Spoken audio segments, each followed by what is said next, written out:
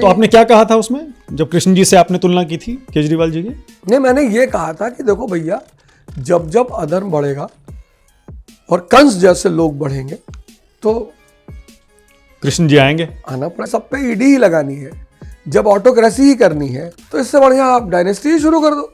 मोहल्ला क्लिनिक किसी और प्रदेश में है, यूपी में है, बिहार में है, ये धर्म का काम है। कथा सुननी है।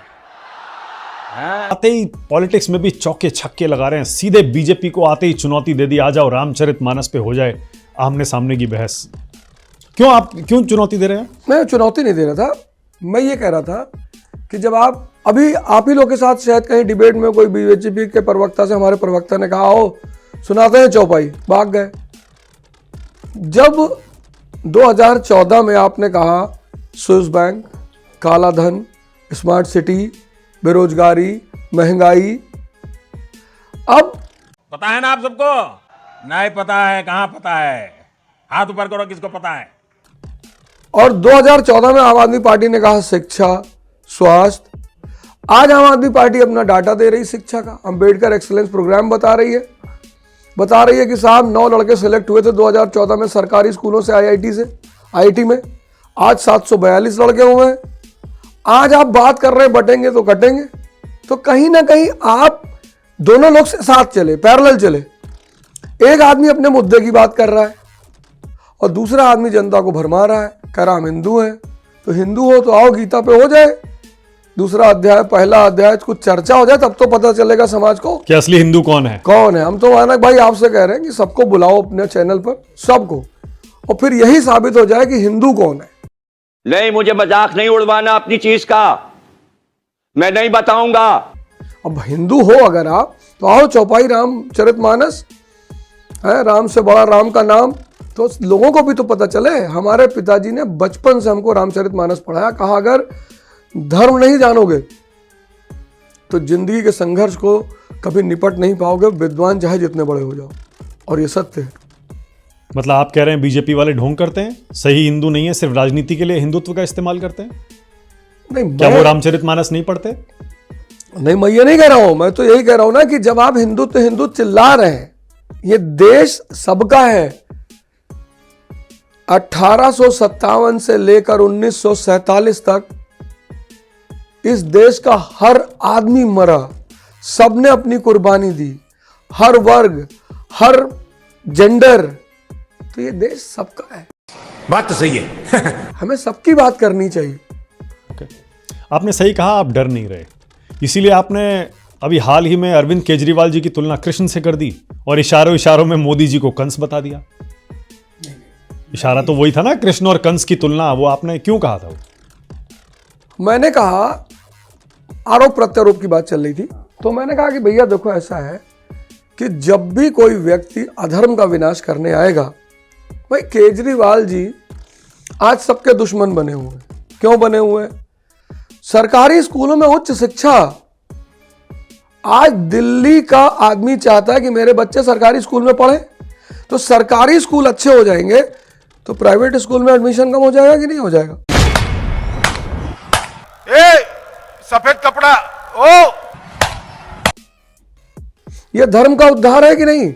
अब वो रिक्शे वाले का बच्चा भी आईएएस बनने का सपना देख सकता है, अब वो मजदूर का बच्चा भी आईआईटी क्वालिफाई करने का सपना देख सकता है। यह धर्म का काम है। मोहल्ला क्लिनिक किसी और प्रदेश में है, यूपी में है, बिहार में है, यह धर्म का काम है। आयुष्मान योजना तो चल रही है। 600 अस्पतालों ने हरियाणा में कहा 400 करोड़ रुपया हमारा दो, नहीं तो हम नहीं मानेंगे आयुष्मान योजना। 600 अस्पतालों ने हरियाणा में कहा है, 600 अस्पतालों में, कि हमारा 400 करोड़ रुपया बका हमको दो, नहीं तो हम नहीं मानेंगे। कृष्ण जी की क्यों आप केजरीवाल जी को? वही तो गिना रहा हूं, वही तो गिना, जो धर्म का काम कर रहा है, बच्चों को शिक्षित कर रहा है, आम आदमी के बच्चों को शिक्षित कर रहा है। हमारे शहर में मैं जानता हूं कि लोग प्राइवेट स्कूल में अपने बच्चों को पढ़ाने के लिए मरते हैं, और प्राइवेट स्कूल की फीस और फिर उसके नखरे, स्वास्थ्य, संजीवनी योजना, बचत, एक परिवार 10,000 रुपये महीना दिल्ली में बचा रहा है, 1,20,000 रुपया साल, 5 साल में 6 लाख रुपए। अब ये सब इन्होंने तो कुछ ऐसा किया। मोदी जी 24 घंटा सोते हैं तो आपने क्या कहा था उसमें जब कृष्ण जी से आपने तुलना की थी केजरीवाल जी की? नहीं, मैंने ये कहा था कि देखो भैया, जब जब अधर्म बढ़ेगा और कंस जैसे लोग बढ़ेंगे तो कृष्ण जी आएंगे। आना पड़ेगा। जो समाज का उद्धारक है, ये हमारे देश की बहुत अच्छी परंपरा है कि जो कृष्ण मतलब चेतना, जो समाज का उद्धारक है, जैसे हमारे महाराज हैं स्वामी अड़गड़ानंद, हम उनको भी कृष्ण का अवतार मानते हैं। जो भी उद्धारक है किसी भी फील्ड में, तो हम ऐसी उपमा देते हैं। एक आपका फिर वीडियो वायरल हो गया, उसमें आपने प्रधानमंत्री मोदी की तुलना किससे की? मोहम्मद गौरी से। वो पुराना वीडियो है क्या या नया है वो? अच्छा, हाँ, ताज उतार, ताज पहन लो और मोदी डायनेस्टी और पता नहीं क्या क्या आपने उस पर कहा। नहीं, वो मेरे ख्याल से काफी 1 साल पुराना, 2 साल पुराना वीडियो। क्या कहना चाह रहे थे उसमें? नहीं, मैं ये कहना चाह रहा था कि जब सब पे ईडी ही लगानी है, जब ऑटोक्रेसी ही करनी है, जब दबाव बनाकर काम करना है, भाई प्रजातंत्र में अगर विपक्ष नहीं होगा तो प्रजातंत्र चलेगा? प्रजातंत्र की जान है विपक्ष। हाँ।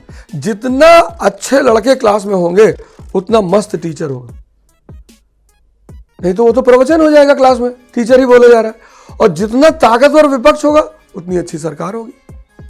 तो जब आप किसी को बोलने ही नहीं दोगे तो इससे बढ़िया आप डायनेस्टी ही शुरू कर दो। और हम क्या कर रहे हैं? मुझे गुस्सा आता है। कैसा लग रहा है फिर? अब तो युद्ध है और आपने युद्ध भी किससे मोल लिया है? बीजेपी से, मैंने इस दुनिया देश की सबसे बड़ी पार्टी। मैंने इस देश की जनता के लिए जनरल से एसी में आना आसान है ट्रेन में, लेकिन एसी से जनरल में जाना बहुत चुनौतीपूर्ण है। 1950 की संसद जो थी 51 की, उसमें डॉक्टर लोहिया, डॉक्टर अंबेडकर, इन सब ने संघर्ष किया सिर्फ अपनी देश की जनता के लिए। और आज मैं अगर यहां आया हूं, भगवान के आशीर्वाद से, ना तो मुझे नाम की चिंता थी और ना मुझे पैसों की चिंता थी, लेकिन अगर आज मैं यहां आया हूं तो सिर्फ एक वजह से आया हूं कि ये जो देश की राजनीतिक धारा उटपटांग धारा में बह रही है, उसको कहीं ना कहीं एक सही धारा लाई जाए। और मेरे जीतने के बाद मेरे जैसे न जाने कितने लोग इस बात से उत्साहित होंगे कि इस देश की जनता अच्छे लोगों के साथ भी खड़ी हो रही है। ये बड़ी अच्छी बात कही आप। अब योगी जी आ रहे हैं, मोदी जी हैं, अब योगी जी ने शुरू भी किया, बटेंगे तो कटेंगे, आपने खुद उसका जिक्र किया अभी। तो इसका मुकाबला आप कैसे करेंगे? क्या जवाब देंगे? पढ़ेंगे तो बढ़ेंगे।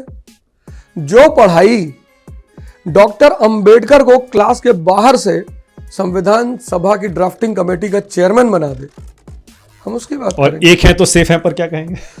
हाँ बिल्कुल साहब, हिंदू मुस्लिम सिख ईसाई सबको एक रहना होगा, नहीं तो अंग्रेज हमको तोड़कर हम पर कब्जा किए थे। 72 अंग्रेज थे सिर्फ। बहुत, ये नारा बड़ा प्यारा है, एक है तो सेफ है। हाँ। क्योंकि जब हम 18वीं शताब्दी में हिंदू मुस्लिम सिख सब बढ़ गए तो अंग्रेजों ने हम पे कब्जा कर लिया। तो मैं भी आपसे कहता हूं कि हिंदू मुस्लिम सिख ईसाई सब मिल के रहो कि दोबारा वो घटना ना घटने पर। Thank you for being here. बहुत बहुत धन्यवाद। आपको अच्छी लगी तो ऐसे थोड़ा मार दीजिए हाथ, आप थोड़ा सा मार दीजिए।